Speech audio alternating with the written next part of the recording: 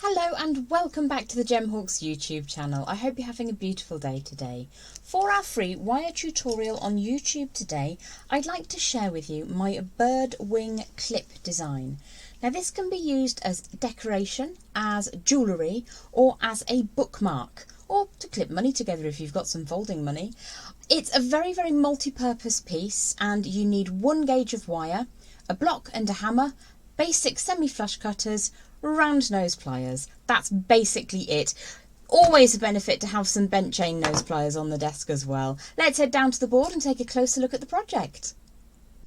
So I have some examples here of how I use the bird wing clip.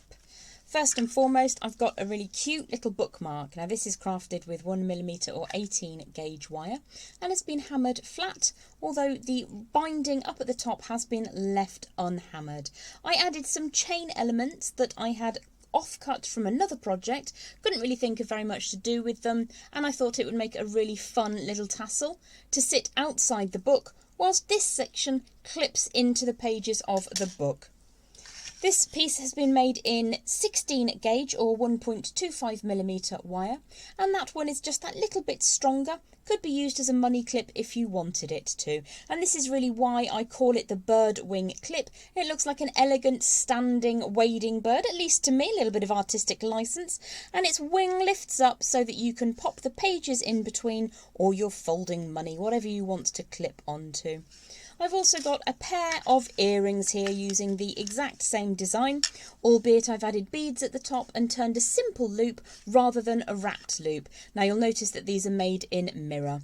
If you felt that you wanted to, you could add some tiny beads using a basic channel setting technique down the outer side of the design, and that would just strengthen everything. Obviously you can't then use them as a clip, but they are very attractive if you wanted to add on to them. So let's have a look at an example to work with, or to work towards rather. I've made a piece here in copper wire.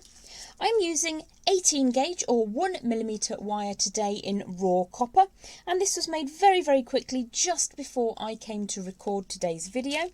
And I've added some silver chain elements that are left over from a project and a length of chain that isn't really up to much in my stash of offcuts. So let's pop that up in the corner. If you wanted to make pieces that had to be the same size, for instance earrings, or if you're going for a mass production, you would want to have a master to which you could work and ensure that you're creating the same size and dimension consistently. I'm going to work with 1mm or 18 gauge wire, and I have a length here of around about 15 inches. This will create a nice large piece to work as a bookmark. You can obviously size that down or up according to your needs. Let's just pop this little baby up into the corner a little bit more, shall we? So my first tool of the day is going to be my round nose pliers, and we're going to start at the coily section of our design. So as ever, I'm going to grip relatively close to the end of my pliers at the end of that wire and start rotating around to create my first circular form. If I flip that over sideways, I've got quite a long tail of wire to work with today, so it's going to catch on things obviously. What I want to do is to make sure that the end of the wire sits flush and you complete that first circuit. The reason for doing this is because books are precious and we don't want that sharp end to interrupt the pages or tear your money if you're using it as a money clip. So I'm just going to give that a quick squish to make sure that there's no chance of that very end part catching on paper. What I'm going to do now is start rotating around, and I'm going to push the wire into my non-dominant forefinger as I rotate the spiral around. Now you can spend quite a lot of time, certainly more than I am right now, creating the absolute perfect. And if you are looking to recreate size and specifications, as I mentioned, if you're looking to recreate a design exactly, or you're looking to create a pair of earrings, then you will certainly want to continue to offer this up to your design to make sure that the size is the same. I'm not going to do that today. For the essence of time, I want to just show you the basic technique. Now you can make this spiral really any size you want, but if you are going to loop repeatedly around, you will need a little more wire. I've gone for 1 complete circuit, 2 complete circuits, and I think I will just go to 2.5 today. So I've got 2.5 rotations around that central spiral, and I just want to very, very gently straighten out the wire that's coming away from that curled section. The distance now you would want to measure if you were trying to replicate from the base of the spiral to the point at which you add a point. I'm just going to go for an individual piece now. As I said, you will need to match this up if you're looking to recreate a specific size or design aesthetic. So I'm just going to use my non-dominant forefinger to stroke along that length of wire to make sure that it's nice and warm, especially this bit that goes past the end of that coil where we started. Now you may like to just sharpen up that bird's wing tip if you desire. And what we're looking to do is to create almost like an ice cream cornet at this stage. We're looking to have a similar aspect here. So what I want to do now is to start that wire curving around over the top of the spiral. And the reason it's so fluid and flexible is because I've warmed it gently. If you struggle with this aspect of the design, you might wish to just bring that round just a little bit using your flat facing pliers, in this instance my bent chain nose pliers, just to get a nice continuation of distance. So I'm looking to keep now the same distance between the outside of the spiral. So you can see it's a little bit wider just here. So I want to draw that over the top ever so slightly, and then just continue with that distance all the way down the side of the ice cream cone. So I'm just going to manually adjust this until it sits exactly where I want it to, pinching firmly with my non-dominant hand to get this wire to sit side by side. And I'm looking to keep a similar distance between these two sections of wire as it comes all the way back down to the base. Now if I just pop this on the line on my board, I'm looking to have an imaginary line pass through the centre of that spiral, directly through the tip of the wing, and then I will need to create a bend down at the bottom here on that same imaginary line. So you can use a ruler, or like myself, you can use a straight line on your board. So I'm just going to grip the wire where I need to turn it back, flip my pliers upwards, and then draw that wire back around. So I'm going to twist this around in my hands until it sits exactly where I want it to. You might need to sharpen that, you might need to soften it, whatever looks best to you. And at this stage you will probably have some finer adjustments to do just to make sure that everything sits exactly how you want it to. Certainly before you get to the stage of hammering the design neatly into position. So if I warm the wire again, just to bring that around and finish off up at the top, a little bit of extra warmth just here. I'm going to draw that over the top until it at least sits on that central imaginary line. So if we just pop this back down to the board, you can take a lot more time than I have today just to make sure that everything is exactly how you want it to sit. You're certainly looking for a bit of symmetry here. And then I'm going to create an upright bend on that central line, like so. So at this stage you've got plenty of choices and plenty of excess wire. You can create a very, very simple loop, add some beads and create an earring or a pendant, or you can create a slightly more complex design, add some scraps of chain, fabric tassels, whatever you fancy, and use it as a bookmark. It's a really lovely gift to be able to give to somebody. Everyone can be completely unique, and you can have lots of fun with what you add onto the end loop. So let's get back down to the board and just finish this quick project off. So I have a very simple hammer and block. I've got my Beadlon chasing hammer, my Impress Art mini block, and I'm just going to firm up that wire design. You could always use a slightly heavier gauge of wire if you're wanting to make a money clip, but for this type of piece, using it as a bookmark or jewellery, 18 gauge 1mm is just fine. So I'm pressing down firmly onto the block to keep that nice shape and size at the base of the design.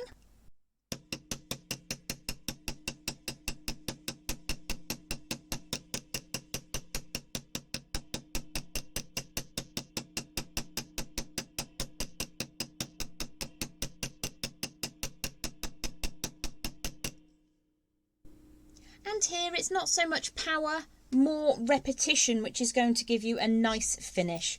So for the next side, I'm going to invert the design, make sure that I'm happy with how it looks before I start hammering. So I might just want to slightly tighten that up and bend the end in. Just take your time and ensure that you are happy with how the design sits. Now you can always use tape, either electrician's tape or masking tape, to hold the piece down and into position.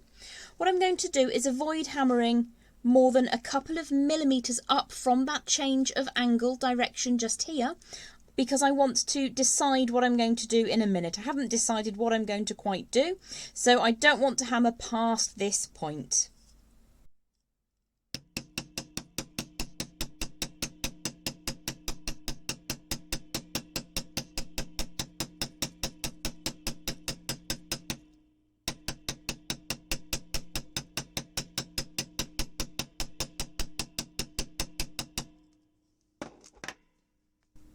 Wire on a block does have a tendency to creep, so if that does happen to you, then you can very, very gently just move things around until it's perfect in your eyes. So you can see I've hammered just up to and ever so slightly beyond that change of angle. This gives me an option of whether or not I want to add a bead into the design. Let's have a look and see if there's anything lurking. I've got a little faceted smoky quartz. Now, if this goes on our 1mm wire, this is what I'm going to add into the design. Happy days, it does. It sits quite nicely up at the top. Bearing in mind that will then sit outside the pages of your book. You don't really want anything that's too stabby. So a round bead or a gently faceted bead is going to be safe against the pages of a book. Something like that actually works quite nicely. So I'm going to then grip above that above that bead, and just hold that quite gently whilst I turn the wire sideways. Now I'm keeping everything in the same orientation, so it's quite flat, which means it should be inexpensive to post. I don't know how the postal system works elsewhere in the world, but here in the UK, if you keep things under about 18 or 19mm deep, it posts a bit cheaper. So if you are looking to send gifts via the mail services, then keeping everything in the same orientation and keeping everything as flat as possible will give you an opportunity to reduce your postage costs. So I'm just going to create a wrapped loop up at the top, and you'll notice I've left a bit of a gap in the spiral. Let's just get that into focus. Just here, so I can add on whatever I want to. Now for the example piece here, I added in a length of chain and a couple of leftover beads from a beaded chain. So you can use up your bead scraps, your chain scraps, any tassels that you've got in a bead mix perhaps, odd charms or single beads left over. I've got a little tassel that I made here just before recording today. And it's 2 different tones of chain with a 3rd different tone of wire. Now I've actually added this onto a lobster clasp, so I could very, very simply create my wrapped loop and then add the design on afterwards. And in that way you can make parts and pieces to take to craft fairs with you. People can choose and pick between the individual components. But if you want to add the chains directly in, now is the time to do it. I'm going to demonstrate without anything in the way because it's easier to see, and all we're going to do is finish off with a wrapped loop. So I'm just going to squish that down nice and flat. Now you can give this a gentle hammer if you don't have any chain scraps in there. If you do have your chain scraps loaded on, you can squish a part of that round form, move the chain around, squish the next part, just to add a little bit of residual strength. What I'm going to do now is take that tail all the way around and complete a wrapped loop design. What I'd like to do is to take that wire to the rear of the design, smooth it down and finish off. So I'm going to trim that with just a little bit of excess. We started with 15 inches, this is around about 3 inches, so I've probably used in the region of 12 inches in my design, but it's always better to have too much wire than too little wire and end up having to make a simple loop where you actually wanted to make a wrapped loop. So I'm taking care not to hurt my beautiful smoky quartz bead, just making sure that that is indeed tidied away at the back there, all the while not hammering anything or smashing that beautiful gemstone bead. So when you don't have the opportunity to hammer, for instance because you have added a gemstone bead, I'm going to cover over the bead with my thumbnail and then squish that wire coil that we made around the core beneath the wrapped loop, and I'm going to very, very firmly press down. you'll see that I've just given it a little shine on the top and a lot of residual strength. All that remains is to add in my charm of choice, and I have yet another bird wing clip prepared and ready to go. I think they're quite charming as earrings and jewellery. You could strengthen up that design by doing a little bit of channel setting, which is another video. I'll drop that in the video comments if you wanted to check that out. But as a clip